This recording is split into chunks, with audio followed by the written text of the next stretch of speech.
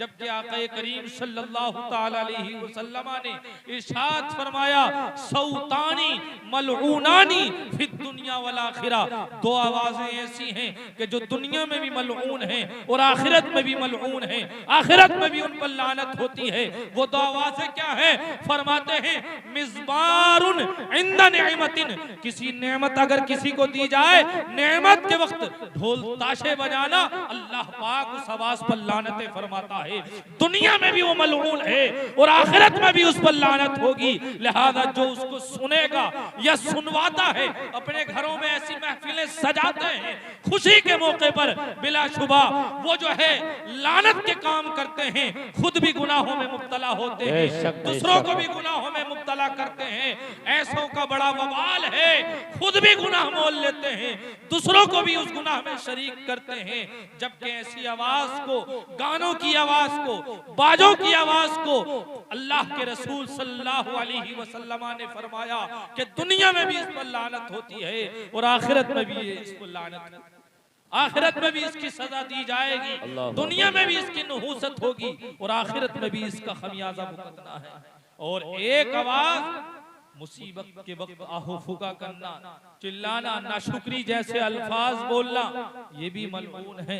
तो सरकार अलैहिस्सलातु वस्सलाम की इस हदीस पाक से उन नौजवानों को दर्स लेना चाहिए, उन नौजवानों को सीखना चाहिए जो ऐसे खुशी के मौके पर अपने घरों में गुनाहों की जैसी महफिलें, बाजार गर्म करते हैं, दोस्तों के चक्कर में आकर कि आज तो खुशी का दिन है, नाचने गाने की महफिलें सजाते हैं। उन्हें सबक लेना चाहिए ऐसे कामों इस हदीस पाक से कि अल्लाह भी और रसूल की भी जो है, अल्लाह के रसूल सल्लल्लाहु अलैहि वसल्लम ने लानत फरमाई है कि ऐसी आवाज मलऊन है, उस पर लानत होती है। तो कहां से हमें शादी की बरकतें मिल सकती हैं जब नाजायज काम, निकाह से पहले ही नाजायज काम होंगे, सारे काम नाजायज, डांस पार्टी हुई, बाजे बजे, गाने बजे और बेहयाई हुई, अय्याशी हुई, बेपर्दगी हुई, देखे तो फिर निकाह से पहले जब घर से निकल कर जाता है तो 2 रकात नफिल पढ़ता है, बड़े शुक्राने के तौर पर,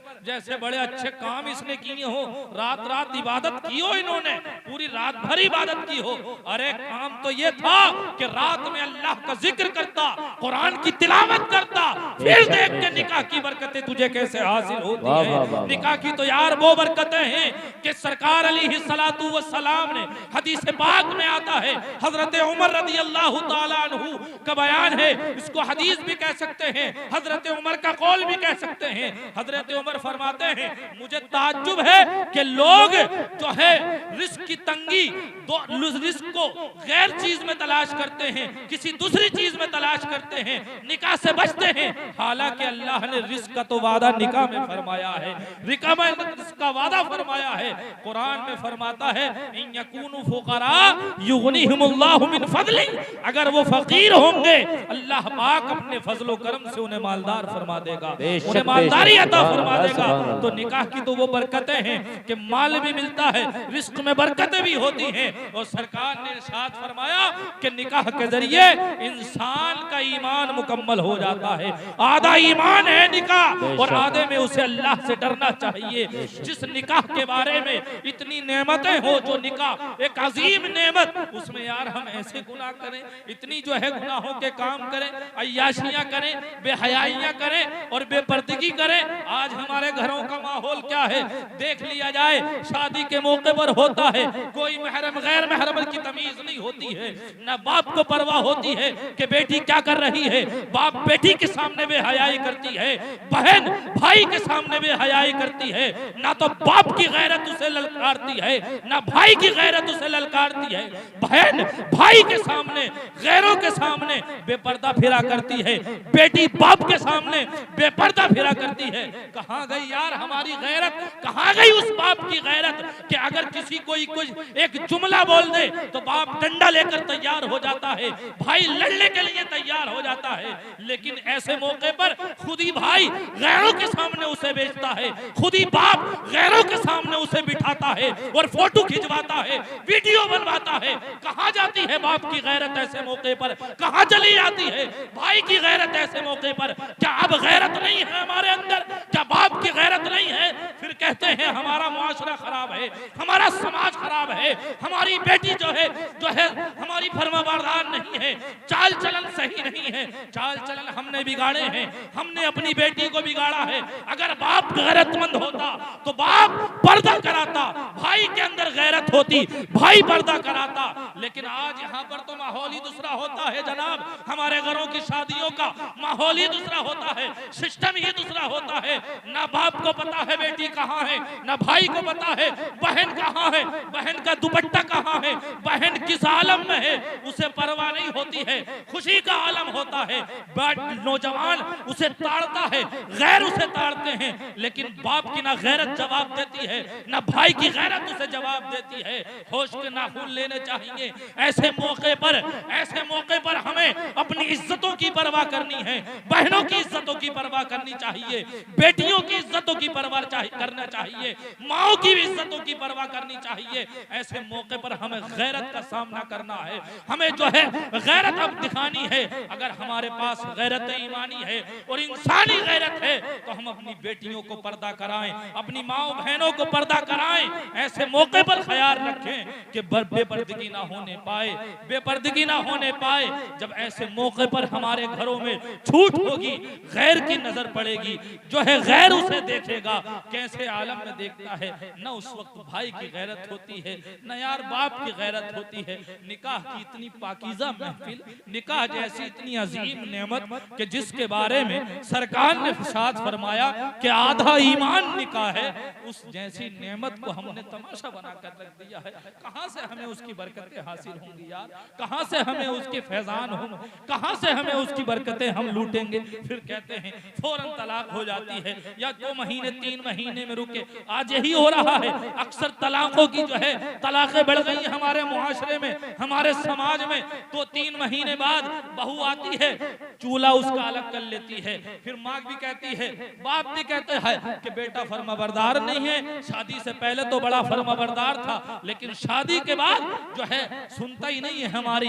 हमने अपनी औलाद के लिए वैसी बीवी ही तलाश नहीं की, वैसा खानदान ही तलाश नहीं किया। हमने तो देखा पैसा दौलत देखी, खानदान देखा, हमने दीनदार औरत नहीं देखी। जबकि मेरे आका ने इरशाद फरमाया कि तुनकाहुल मरअतु लिअरबा, औरत से निकाह 4 चीजों की बुनियाद पर किया जाता है।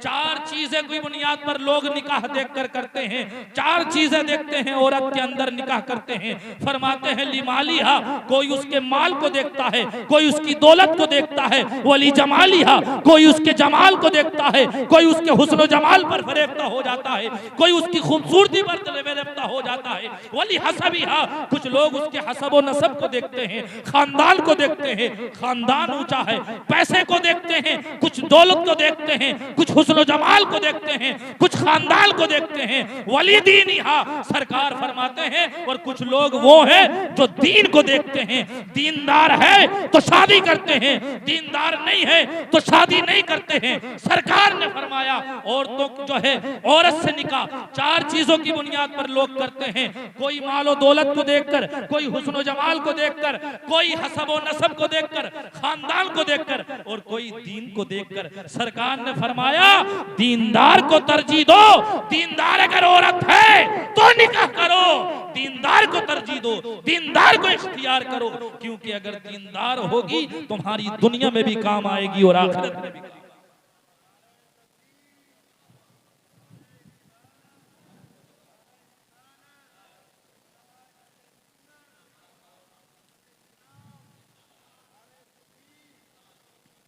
तो दीनदार होगी, मालो दौलत को देखकर फरेफ्ता हो गए, पैसा बहुत है, 4 पहिया मिलेगी, 5-10 लाख मिलेगा, 15 लाख मिलेंगे, 20 लाख दे रहा है। अगर किसी ने 10 कहे, किसी ने अगर कह दिए 15 मिलने, वहां से रिश्ता खत्म। 15 वाले के हाँ हाँ कह दो, वहां से कर लेंगे। 15 के बाद अगर 17 का आ गया तो 15 वाला खत्म, 17 के यहाँ डन कर दिया। 17 के बाद 20 का आ गया, अरे वहां जहां से ज्यादा मिल ले वहां से कर लो। आज के लोगों की अक्सर का हाल ये है, कोई बिरादरी हो, एक बिरादरी नहीं, सभी इसी चीज में मुलव्विस हैं। माल पर नजर है, पैसे पर नजर है, दौलत पर नजर है। 4 पहिया वो गाड़ी दे रहे थे, वो ये गाड़ी दे रहे हैं, कौन सी अच्छी है जो ली जाए। हमें फिक्र नहीं है यार कि औरत भी हमारी दीनदार होनी चाहिए, या जो है नेकुकार होनी चाहिए, कुरान पढ़ी लिखी होनी चाहिए, नमाजी होनी चाहिए, बापर्दा होनी चाहिए। न बाप ये देख रहा है, न भाई ये देख रहा है, न खुद शोहर ये इसकी नजर में है। अगर शोहर भी चाह रहा है तो उसे पैसा मिल रहा है, दौलत मिल रहा है। यार जो रिश्ता दौलत पर हो, जो रिश्ता दौलत देख कर किया जाए, वो ज्यादा देर तक कायम नहीं रहता। उसमें मोहब्बत कहां से आ सकती है, उसमें प्यार कहां से आ सकता है, उसमें सुकून कहां से आ सकता है, उसमें इज्जत और एहतराम कहां से आ सकता है। क्योंकि तुमने इज्जत नहीं देखी, तुमने एहतराम नहीं देखा, तुमने दीन नहीं देखा, तुमने ईमानदारी नहीं देखी, तुमने अदब नहीं देखा, तुमने इताअत और फरमाबरदारी नहीं देखी, तुमने तो माल देखा, तुमने तो दौलत देखी। तो तुम्हारी इज्जत नहीं करेगी, तुम्हारी फरमाबरदारी नहीं करेगी, दीनदार नहीं होगी, तुम्हारी इताअत नहीं कर सकती, तुम्हारे वालिदैन को खाना नहीं दे सकती। जिसके वालिदैन से तुमने 10 लाख लिए हो, 15 लाख लिए हो, वो भला कैसे तुम्हारे बाप को रोटी खिला सकती है, कैसे तुम्हारी माँ को रोटी खिला सकती है। उसके सीने से जाकर पूछो, उस बाप गरीब से पूछो, जिस गरीब के बाप को तुमने सताकर 15 लाख या 10 लाख मांगे हैं, उसकी नजरों में इज्जत तुम्हारी कभी नहीं हो सकती, तुम्हारे माँ बाप की इज्जत कभी नहीं हो सकती। अगर रिश्ते कायम करना है तो मोहब्बत अगर पैदा करनी है तो ईमानदारी पर रखो, दीनदारी पर रखो, माल पर नहीं, बल्कि औरत को अच्छी देखना चाहिए। अगर ईमानदार है, दीनदार है, तो मोहब्बत बरकरार रहेगी, तुम्हारी भी इज्जत करेगी, तुम्हारे वालिदैन की भी, तुम्हारा भी एहतराम करेगी, तुम्हारे वालिदैन का भी एहतराम। नारे तकबीर, नारे तकबीर, नारे रिसालत, उलमाए अहले सुन्नत, नारे तकबीर। माशाअल्लाह। हजरत अल्लामा मौलाना कासिम रजा साहब तशरीफ ला रहे हैं। नारे तकबीर, नारे रिसालत, नारे रिसालत, नारे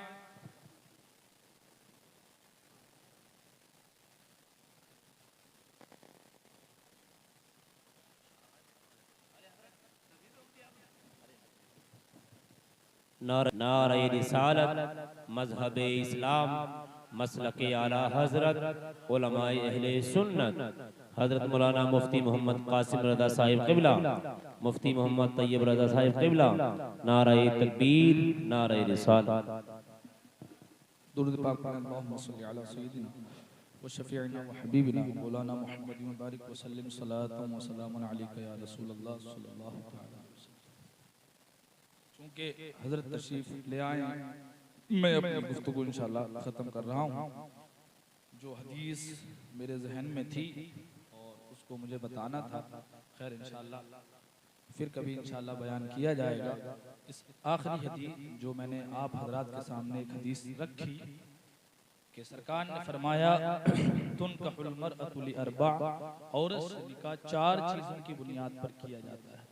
लिमालिहा, उसके मालो दौलत को देखकर, कुछ लोग उसकी दौलत को देखकर मर जाते हैं, कुछ लोग उसके माल को देखकर मर जाते हैं, कुछ लोग उसके पैसे को देखकर मर जाते हैं। और अक्सर आज यही हो रहा है कि लोग मालो दौलत को ज्यादा देख रहे हैं, पैसे पर ज्यादा मर रहे हैं।